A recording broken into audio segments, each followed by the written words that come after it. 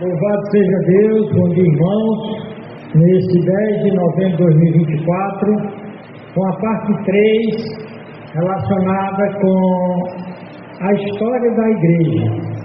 A história da igreja, tendo em vista especialmente os anabatistas e o papel desses heróis da fé, que foram perseguidos, grande parte deles foram perseguidos e mortos, e que foram injuriados, e a sua história foi deturpada grandemente, mentirosamente, tanto pela Igreja Católica quanto pela Igreja Protestante, que os anabatistas, eles realmente não chegaram a fazer parte nunca da Igreja Católica, e eles também, ainda houve uma tentativa de relacionamento com a Igreja Protestante, mas nós vamos ver aqui que a Igreja Protestante, ou reformada, ou os reformadores, eles não deixaram muitos erros, muitas das heresias da Igreja Católica Romana, e os anabatistas não deixavam barato, diziam, não, isso aí não é uma reforma,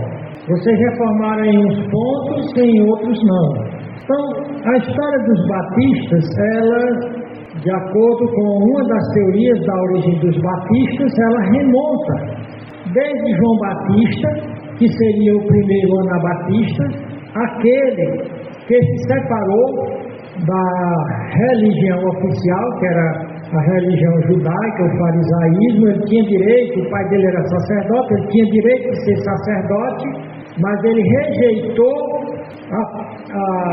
aquele sistema corrompido de religião da época de Cristo, e ele rompeu também com o Estado romano político, e ele pregava o arrependimento de pecado e batizava. Daí, por inferência, o João Batista foi uma espécie de anabatista. Lembrando bem que nunca existiu especificamente, até, vamos dizer assim, a época da reforma, um grupo que se chamasse anabatista, que a palavra anabatista foi dada pelos inimigos. Nós vamos ver essa história recapitulando um pouco as duas primeiras mensagens. Nessa mensagem aqui, eu estou dando como título História da Igreja, parte 3, Anabatistas, 2 reinos e o Rei Jesus. Para o Anabatista, fidelidade só ao Reino de Deus e ao Rei Jesus. Outro título que poderia ser dado era História da Igreja Anabatista, Heróis e Mártires da Fé. Outro ainda poderia ser o movimento que deu origem à fé e prática das igrejas batistas modernas. Pelo menos eles lançaram os princípios que uma verdadeira igreja batista guarda até hoje. Vendo a recapitulação. Na primeira mensagem nós vimos o conflito entre o reino de Deus, o reino e a cidade de Deus, e a política humana. Foram feitas tentativas para misturar as duas coisas e nunca deu certo. Naquela primeira mensagem também eu sugeri o segundo título, o mal do envolvimento direto da igreja com a política mundana. Primeira mensagem. Lá nós vimos o conflito mostrado pelo filósofo Agostinho entre a cidade de Deus e a cidade dos homens. A cidade de Deus era baseada no amor, na justiça do reino de Deus, e que visava a paz celestial. Já a cidade dos homens era baseada no egoísmo e na instrumentalização do outro, ou seja, usar o outro para conseguir o que se quer, e visava apenas uma paz terrena. Quando nós chegamos na parte 2, foi domingo passado, dia 27 de outubro, a primeira mensagem foi no dia 20 do 10 de outubro, a segunda, 27 do 10, Igreja e Política Secular. Foi inclusive no dia da eleição para prefeito em Fortaleza. Igreja e Política Secular. Reino de Deus versus Reino dos Homens. E aqui nós vimos uma obra de Lutero chamada Os Dois Reinos. Também eu estou adotando essa prática de não só dar um título, mas dar um título e depois sugerir mais 2 possíveis, porque nunca um título ele consegue exaurir ou dar conta de toda a temática que você quer explorar. Então, lá foi Igreja e Política Secular, parte 2, Reino de Deus versus Reino dos Homens, títulos alternativos, o conflito entre o reino e a cidade de Deus e a política mundana, e o mal do envolvimento da igreja com a política mundana. Na nossa mensagem de hoje, já vimos a relação entre igreja e política com o Agostinho, na primeira mensagem. Na segunda, a relação entre a igreja e a política do Estado com Lutero e os reformadores. E hoje nós vamos trabalhar com os anabatistas. Nossa igreja é a igreja batista. E se está certa a teoria que diz que eles vêm de anabatistas, os batistas não têm um fundador. Mas se você quer um referencial histórico, seria João Batista. Aí você vai entender por quê.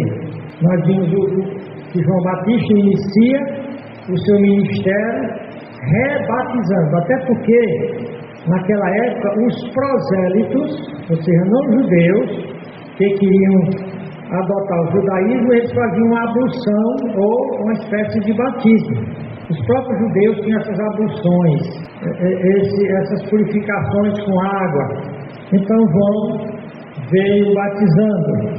Nas mensagens anteriores nós pontuamos, e aqui eu pontuo bem claramente em relação aos anabatistas, que eles levaram muito a sério o que o Senhor Jesus Cristo disse no Sermão do Monte, especialmente esse Mateus 6,33. Mas buscai primeiro o reino de Deus e a sua justiça, e todas estas coisas nos serão acrescentadas. Eles levaram muito a sério todo aquele Sermão do Monte. Para ele, o cristão verdadeiro, ele espelhava na sua vida cristã aquele homem, aquela mulher, pintados, desenhados por Jesus Cristo no Sermão do Monte. O reino de Deus em primeiro lugar. Isso significa Jesus é o rei e ele vem em primeiro lugar. E aí tem um texto, quando João, em 18, 36 a 37, respondeu Jesus: o meu reino não é desse mundo. Daí os anabatistas não queriam envolvimento nenhum com o reino, com a política desse mundo. Cristo diz isso, se o meu reino fosse desse mundo, tal. Aí no versículo 37, Pilatos diz: logo tu és rei? Ele disse: o meu reino é nesse mundo. E alguém que tem um reino, diz que o reino é seu, então é o rei. Então Pilatos: logo tu és rei. Respondeu Jesus: tu dizes que eu sou rei. Fui para isso que nasci, e para isso vim ao mundo, a fim de dar testemunho. Então, ele confirmou que era rei. E ele disse: o meu reino em primeiro lugar. Porém, ele não foi contra que houvesse um governo. O governo é um mal necessário. E todos os outros filósofos da política, da filosofia política, eles apresentaram o governo como um mal necessário. Ou seja, é ruim com o governo, porque em geral os governos acabam se corrompendo e tirando mais do cidadão do que deveriam, explorando. Porém, eles dão alguma segurança e garantem alguns direitos. De acordo com Thomas Hobbes, se não fosse o governo, seria o homem no estado de natureza caída, seria a guerra de todos contra todos. O homem é o lobo do homem, era cada um para defender o seu direito, ele ia empunhar armas e ia matar para não ser morto. Então Hobbes via o Estado, o governo, como um leviatã, falava lá em Jó, um grande monstro, que nós contratamos na filosofia do contrato. A relação entre os cidadãos e o Estado é tido, vamos dizer assim, teoricamente como um contrato. Nós pagamos impostos ao governo, no contrato. O meu dever é pagar impostos ao governo e o governo me garantir certos direitos. É a chamada teoria do contrato, de Hobbes, Locke e outros. Jesus Cristo não negou a validade do Estado. Nós vimos que Paulo disse que nós devemos ser submissos às autoridades constituídas, porém Pedro disse que antes importava obedecer a Deus do que aos homens. Na palavra de Cristo ele disse: dai a César o que é de César e a Deus o que é de Deus. Portanto, a tese desse estudo, ou o propósito desse estudo aqui, e eu vou orar depois que eu falar dessa tese, pedir a Deus que eu consiga expor o que eu estou me propondo aqui, mostrar a importância de estudar a história da igreja através dos tempos desde Cristo até as igrejas atuais. Os crentes que não conhecem a história da igreja, eles acabam sendo levados a se aliarem a movimentos eclesiásticos e igrejas erradas. Os próprios historiadores seculares, eles dizem, quem não conhece a história vai cometer os erros que a história já fez. Então é muito importante estudar a história. Nessa série de mensagens sobre a história da igreja, nós vamos ter momentos em que vamos pontuar a importância de você conhecer a história da igreja, especialmente a história batista, porque tem um bocado de videozinhos fracos, inexatos historicamente, tem um autor reformado, e os reformados geralmente eles pintam a história dos anabatistas pervertidamente, assim como os católicos. Eles contam a história do Lutero da forma mais pervertida e pervertedora possível. Os reformados pintam a história batista ou dos anabatistas da forma mais pervertida imaginável. Eles não veem, por exemplo, que o movimento anabatista nunca teve uma denominação anabatista. Foram grupos através da história que se separaram das igrejas oficiais na Idade Média, da Igreja Romana, na época depois da Reforma Protestante, se afastaram, se separaram das igrejas reformadas e existiam 3 grupos. Existia um grupo genuinamente bíblico, fundamentalista bíblico, no dizer de hoje, verdadeiramente evangélico, que lançaram as bases da verdadeira doutrina cristã. Não foram os reformadores, na verdade os reformadores aproveitaram muito desses referenciais deixados ao longo da história pelos anabatistas. Os reformadores geralmente eles não querem reconhecer bem a história dos anabatistas antes da reforma. Eles querem trabalhar com os anabatistas apenas na época da reforma, de uma forma mais deturpada possível, porque tinha 3 grupos de anabatistas. Tinha os verdadeiros anabatistas, que guardavam a fé bíblica doutrinária, porém tinha um grupo revolucionário, que partia para a guerra, para a violência, e tinha muitas heresias. Tinha outro contemplativo, pentecostal, está entendendo? Que tinha heresias, várias heresias. Então, isso aí não representa um verdadeiro movimento anabatista. Quando os anabatistas dizem que os precursores deles são os anabatistas, está se referindo a esse grupo genuinamente bíblico e evangélico. Eu tenho um mapa aqui, depois eu posso até tirar uma cópia para vocês. Você tem toda a história, eu tenho vários estudos sobre esse assunto, mas deixe-me continuar na minha tese. A história do movimento, sim, como eu falei, aquele camarada que estava falando da história dos batistas, ele começa dizendo, vocês batistas precisam conhecer a sua história. Aí quando eu fui ver ele contando a história dos batistas, eu digo, você que está precisando aprender. Não estou defendendo aqui os batistas como religião, eu vou defender a sã doutrina e aqueles que ao longo da história defenderam e morreram pela fé certa, pela fé bíblica. Então ele deturpou de fato a história dos batistas, porque não fez diferença, porque na verdade todos os grupos, o próprio movimento da Reforma Protestante, tinha aquele grupo que se manteve mais apegado à sã doutrina, embora com alguns erros que trouxeram da Igreja Católica. Ainda hoje nós temos igrejas reformadas que um batista poderia pelo menos assistir, sem ter de estar traindo a fé. Mas teve muitos reformados completamente hereges.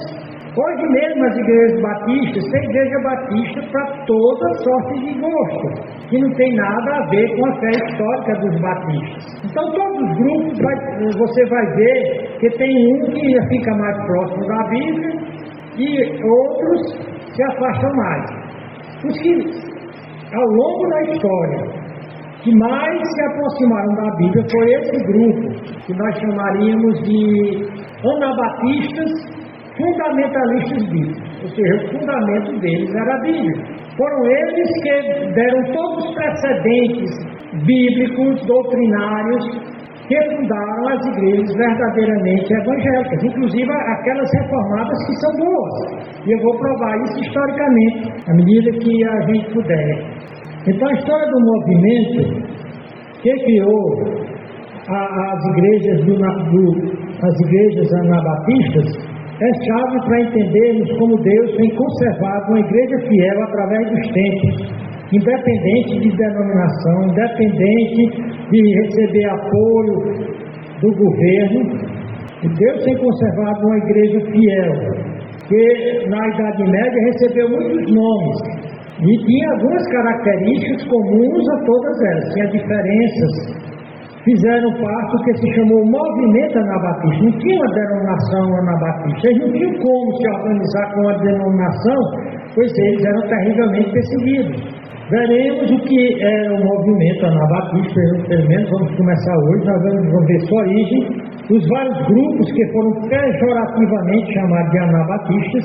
Nós veremos que não existia uma igreja anabatista denominacional, mas muitos grupos que foram chamados de anabatista, e que de modo geral qualquer pessoa que saísse da igreja católica ou que nem quisesse ir para a igreja católica ou a igreja reformada, acaba depois da reforma, era chamado de anabatista, mas nem todos realmente eram fiéis como o João Batista, o verdadeiro precursor dos anabatistas, se é que assim podemos colocar.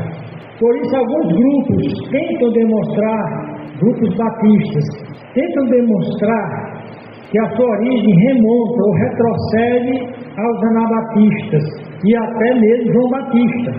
Veremos aqui quais eram essas doutrinas e práticas bíblicas que custaram a vida de milhares de anabatistas, se não milhões, através da história de toda a igreja de Cristo na terra.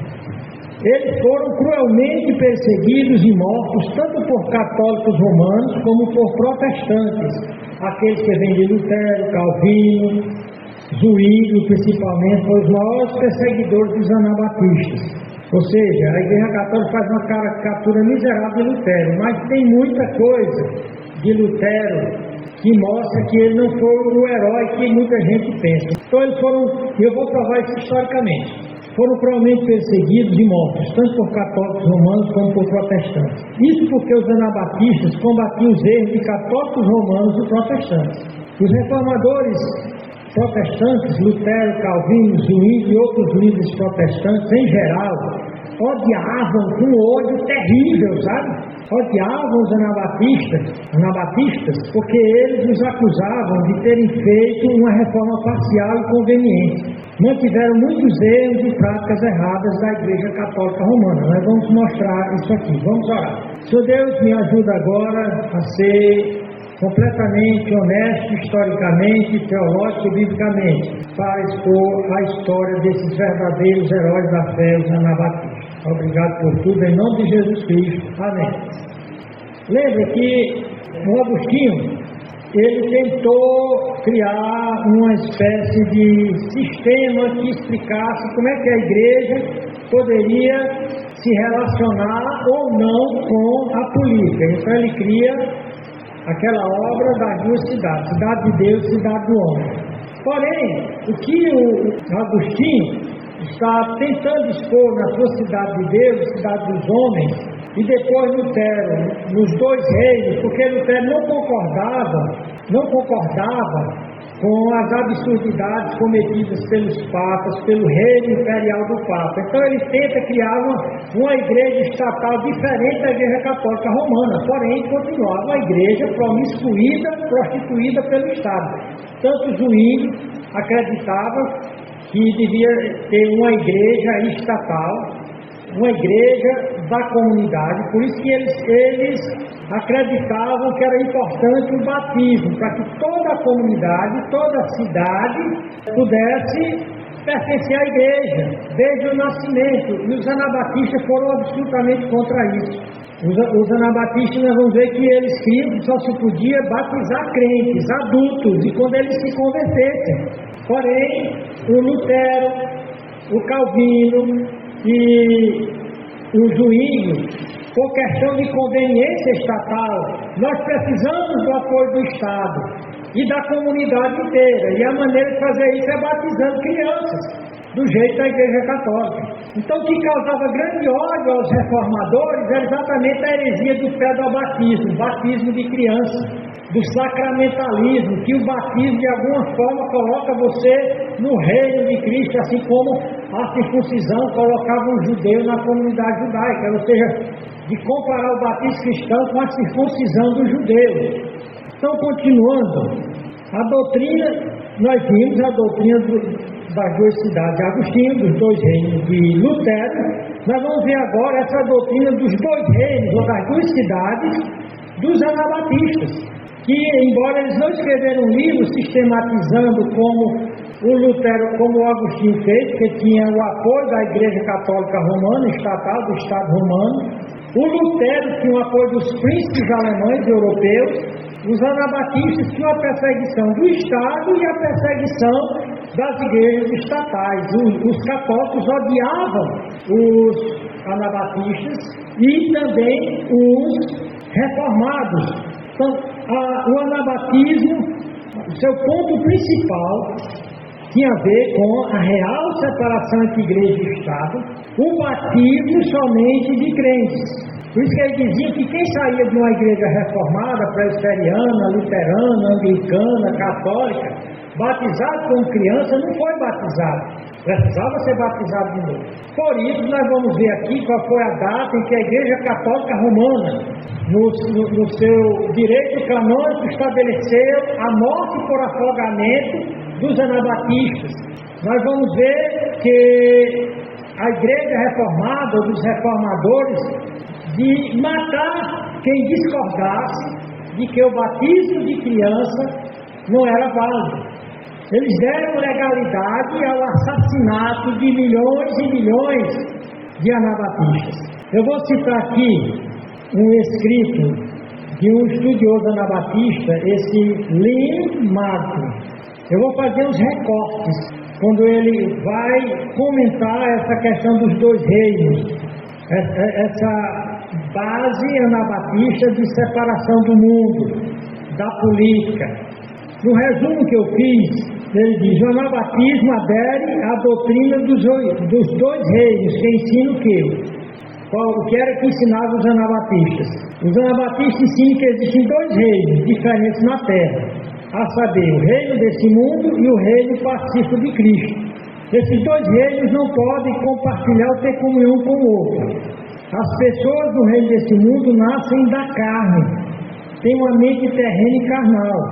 As pessoas do reino de Cristo renascem do Espírito Santo, vivem de acordo com o Espírito e têm mente espiritual. As pessoas no reino do mundo estão equipadas para lutar com armas carnais, lança, espada, armadura, revólveres, pólvora. As pessoas do reino de Cristo estão equipadas com armas espirituais, a armadura de Deus, o escudo da fé e a espada do Espírito para lutar contra o diabo. O mundo e a sua própria carne, juntamente com tudo que se levanta contra Deus e sua palavra. Isso aqui, doutrina anabatista. E também, lembrei, Código Justiniano. Os reformados vão usar o Código Justiniano para justificar a morte dos anabatistas. As pessoas no reino desse mundo lutam por uma coroa perecível e um reino terreno. O povo do reino de Cristo luta por uma coroa imperecível e um reino eterno. Cristo fez esses dois reinos em desacordo um com o outro e os separou. Portanto, não haverá paz entre eles. No final, porém, Cristo esmagará e destruirá todos os outros reinos com o seu poder e reino eterno, mas a sua vontade permanecerá eternamente. Esse aqui é um resumo, conforme esse Lynn Martin, sobre o que viu os anabatistas. Curiosamente, é o que muitos cristãos creem hoje, inclusive muitos batistas. Porém, para os católicos romanos e para os reformados, isso aqui era uma heresia condenável à morte. Existia uma espécie, na Igreja Católica tinha uma Santa Inquisição e eles faziam perguntas se eles acreditavam nisso. E a pessoa dissesse que acreditava, era morte por afogamento. Miguel Sátiro teve sua língua cortada, depois foi queimado vivo. A mulher de Miguel Sátiro, que era um erudito católico romano, que se tornou anabatista, a mulher dele foi afogada, morta por afogamento, como milhares de anabatistas. Tem um historiador, deixa eu ver o nome, parece que é Keynes, Willy Keynes, Cristianismo através dos séculos, eu acredito que é o nome do livro. Eu li esse livro sobre história eclesiástica ainda no seminário. Ele disse que os anabatistas foram levados para os penhascos e lá empurrados para morrerem espedaçados. Então você nota que eles fizeram isso por sua fé. Perseguidos pelo Império Romano, não como anabatistas, mas como cristãos que não aderiram ao edito do imperador, que dava liberdade de culto a quem também tivesse o imperador como o seu Deus. Depois eles foram mortos pela Igreja Católica Imperial, direito canônico, as leis canônicas da Igreja Católica tinha lá todo o embasamento para assassinar os anabatistas. Mas alguns recortes desse estudioso anabatista moderno, ele diz: a essência do anabatismo e nossa crença definidora, mostrando que ele é um anabatista hoje, ou seja, ninguém conseguiu destruir os anabatistas. Mataram o primeiro anabatista, supondo que João Batista foi o primeiro, cortaram sua cabeça, e ao longo da história queimaram, cortaram língua, jogaram dos penhascos, queimaram vivo, mas não arrancaram a fé do coração deles. Por isso eles, por alguns historiadores honestos, dizem que os verdadeiros heróis da fé não foram os reformados, reformadores, mas sim os anabatistas. Então diz Martin, a essência do anabatismo, em nossa crença mais definidora, é a doutrina dos dois reinos, ou a doutrina relacionada com a separação do mundo. Basicamente, todas as crenças anabatistas distintivas, ou seja, que distinguem ela de outros, saem dessa doutrina dos dois reinos e a separação do mundo, que também foi mantida pela igreja primitiva até Constantino. O Martin, ele define assim a doutrina dos dois reinos para os anabatistas. Em essência, o conceito dos dois reinos é que Jesus inaugurou na terra uma nação celestial que exige nossas lealdades exclusivas, lealdade exclusiva só a Cristo. E Pedro disse isso: antes importa obedecer a Deus do que aos homens. O conceito de separação do mundo é que os cristãos devem permanecer separados do funcionamento e da mentalidade das nações e sociedades terrenas. Isso aí eles levaram às últimas consequências. O conceito dos dois reinos envolve os seguintes pontos: tornando-nos cristãos, transferindo nossa lealdade ao reino de Deus. Para os cristãos, essa nação que Cristo criou aqui na terra, a nação celestial, que o Agostinho vai chamar de cidade de Deus e o Lutero vai chamar de reino de Deus. Vamos lá, voltando. Tornando-nos cristãos, transferindo nossa lealdade ao reino de Deus. Para os cristãos, essa nação toma lugar das nações de lealdades terrenas. As nações terrestres e seus governos são servos de Deus, um mal necessário destinado a manter a paz para os não cristãos. Então, o grupo de Batista, mais equilibrado, ele via que o governo era um mal necessário.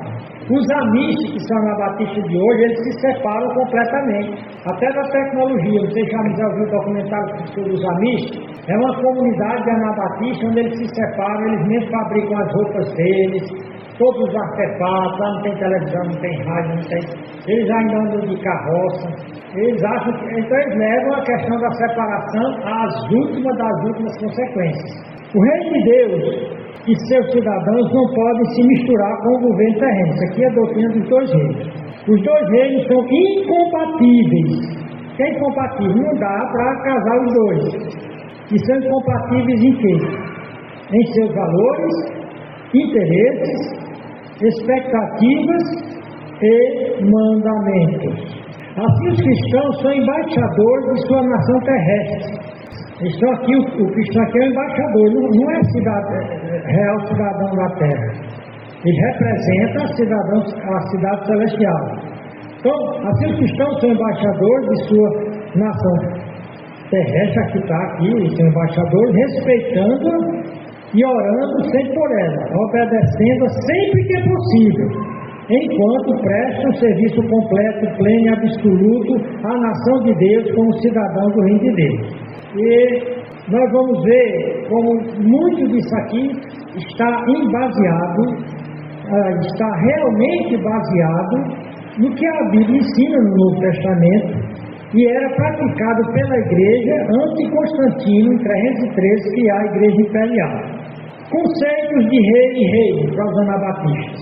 Primeiro, é importante notar como os conceitos de rei e reino são centrais para a mensagem do Evangelho. O título principal de Jesus em todo o Novo Testamento é Cristo, que é a palavra grega para Messias. Ambas as palavras significam ungido, que foram usados para significar o rei escolhido por Deus, o rei Israel. Foi predito em todo o Novo Testamento que esse rei devolveria autonomia a Israel, vai acontecer no milênio. O Novo Testamento até anuncia explicitamente que Jesus é esse rei. O próprio Jesus disse: eu nasci para isso. No Novo Testamento, a identidade de Jesus como Cristo, um rei, é pelo menos tão proeminente quanto sua identidade como Salvador. Então esse é o conceito de rei. A própria palavra Messias e Cristo significa rei, rei ungido. E o conceito de reino. Esse conceito, esse pensamento, essa ideia por si só sugere a centralidade do reino de Deus para o ministério de Cristo. Ele é rei e ele tem um reino. O reino de Deus, também chamado de reino dos céus, é onipresente em todo o universo, como prega o Novo Testamento.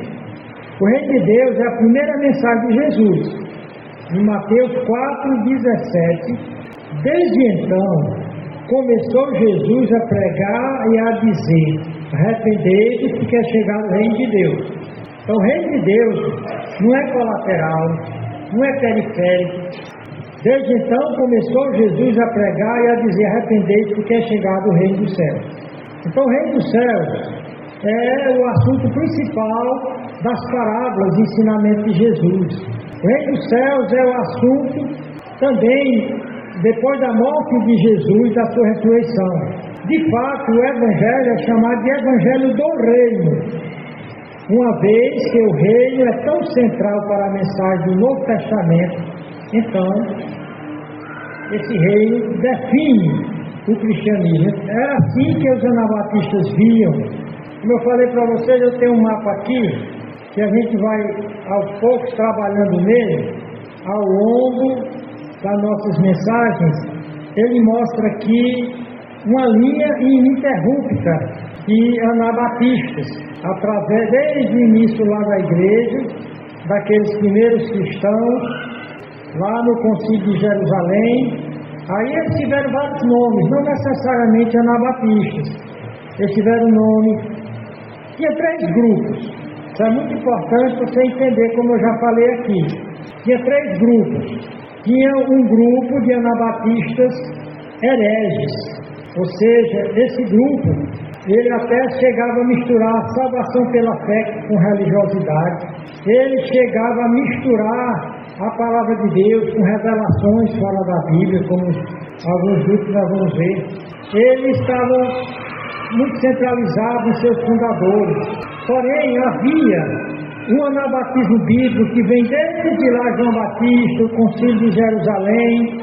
A salvação, eles pregavam que a salvação era só pela fé, que somente a palavra de Deus, que a palavra de Deus é somente a Bíblia, só a Escritura não foi inventada por Lutero e pelos reformadores, não. E a santificação é só pela graça. Ou seja, grupos que criam no que os batistas, que se mantêm fixos na sã doutrina bíblica, eles tinham uma doutrina boa e sabia, só que os inimigos, como a Igreja Católica e as igrejas reformadas, eles pegam apenas o exemplo daqueles grupos hereges que falsamente foram chamados de anabatistas, porque se não fosse católico romano ou reformado, era chamado de anabatista. Porém, grupos desde o início lá, Lá no primeiro e segundo século, os novacianos, lá os donatistas, os paterinos, no segundo século os paterinos, e na África nós tínhamos os paterinos, e tínhamos os novacianos, lá pelo quarto século tinha os donatistas na Espanha e na França, lá em 600 depois de Cristo, na Gália e na Armênia, tínhamos de 500 até mais ou menos tínhamos os paulicianos, de 800 em diante, tínhamos os cátaros também, que vão desde 800 até 1200, onde tinha os arnoldistas, lá de 1300 em diante temos os albigenses, e de 1600 em diante nós temos os batistas, porque os falsos anabatistas, que eram os revolucionários, misturados com esses que não tinham a Bíblia como suficiente, como os pentecostais, que a Bíblia é mais revelações, eles criaram uma visão tão pejorativa dos anabatistas, que Menno Simons, ele começou a usar a palavra batista. Mas vamos continuar, o nosso tempo realmente já esgotou. Vale a pena estudar a história da igreja.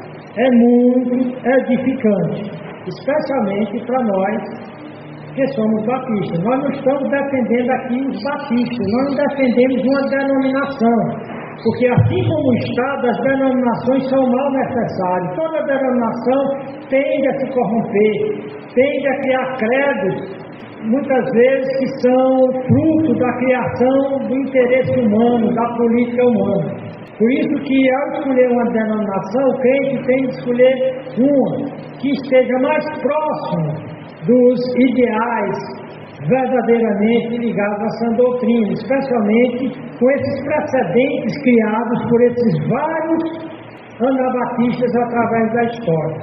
Vamos ficar de pé e orar. Senhor Deus, nosso Pai, nos ajude a sermos fiéis como os anabatistas foram fiéis. Em nome de Jesus oramos. Amém. E bom dia.